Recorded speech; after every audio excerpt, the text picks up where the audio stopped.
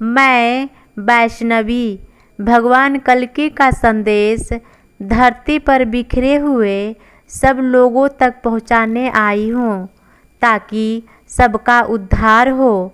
इसलिए मेरे उपदेश को ध्यान से सुनिए और इसको अमल कीजिए।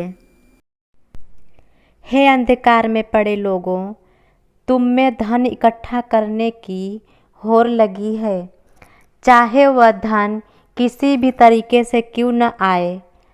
मैं मानती हूँ कि धन मनुष्य के लिए अत्यंत आवश्यक है। मैं यह भी मानती हूँ कि कुछ चीज़ों को छोड़कर मानव जीवन के अधिकतर आवश्यकताओं को पूरा करने के लिए धन बहुत ही आवश्यक है। किंतु जब कोई व्यक्ति इच्छा को आवश्यकता समझने लगे तो धन कितना भी क्यों न हो पर्याप्त नहीं होता है।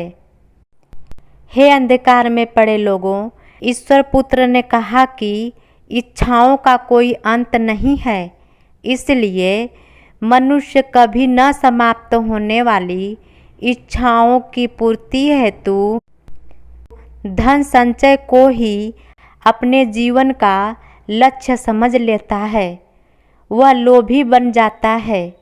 वह भूल जाता है कि उसके जीवन का मुख्य लक्ष्य ईश्वर के समीप आना है।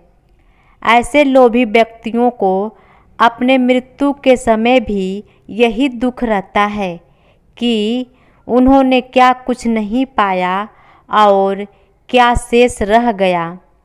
ऐसे समय में वह एक क्षण के लिए भी ईश्वर का स्मरण नहीं करते। उन्हें अपने जीवन के निरर्थकता और व्यर्थता का बोध नहीं होता। इस बात को समझना पड़ेगा कि धन चाहे कितना भी हो, मूल आवश्यकताएं तो केवल उतने ही हैं। तन ढकने के लिए वस्त्र, पेट भरने के लिए आहार, रहने के लिए मकान और रोग दे मुक्त होने के लिए दवा। इन आवश्यकताओं के पूर्ण होने पश्चात जो भी है वह इच्छा है। धनी व्यक्ति के पास जो भी अतिरिक्त धन हो उसे दान करना चाहिए। उनके उद्धार के लिए ऐसा करना जरूरी है। इससे मोह टूटता है। मोह उद्धार के मार्ग में सबसे बड़ा बाधक है।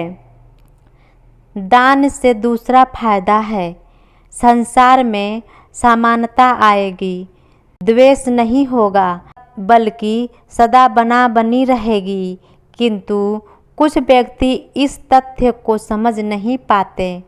उन्हें अपने एकत्रित किए हुए धन से इतना मोह हो जाता है कि उसका एक अंश भी किसी और को नहीं देना चाहता है।